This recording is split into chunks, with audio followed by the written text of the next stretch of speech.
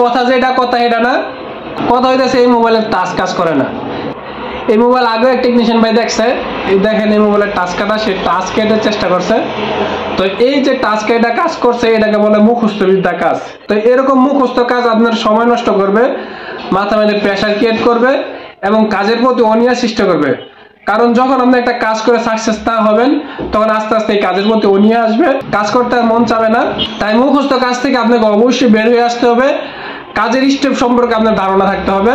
ইনশাআল্লাহ আজকে আমরা এই ভিডিওর মাধ্যমে টাচের সেকশন কিভাবে স্টেপ বাই স্টেপ সমস্যা ফাইন্ড আউট করবেন সেটাই জানার চেষ্টা করব। সম্পূর্ণ ভিডিও জুড়ে আমাদের সাথেই থাকবেন। প্রথমে আপনারা দেখে নেন I2C প্রোটোকল হলে কোন কোন ভোল্টেজগুলো মাপবেন। প্রথমে আপনারা পরিমাপ করবেন BI 1.8, এরপর হচ্ছে ABTT 2.8 থেকে 3.2 ভোল্টেজ। মাঝে মাঝে দেখবেন এই ভোল্টেজ নাই, আর মাঝে মাঝে দেখবেন এই ভোল্টেজটা নাই। তো আসলে কোন সময় কোন ভোল্টেজটা থাকবে না সেটা ডিপেন্ডেড করে প্রোটোকল লাইনের উপর।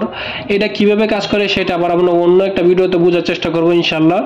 আবার মাঝে মাঝে দেখবেন এই 2.8 থেকে 3.2 ভোল্টেজটা একটা LDO হয়ে আসে। এই LDOতে আবার ইনভলভ সিগন্যাল আসে 1.8 ভোল্টেজ এবং একটা ইনপুট ভোল্টেজ হয়, তখন আপনাদের ওই দুইটা ভোল্টেজ সহ মাপতে হবে।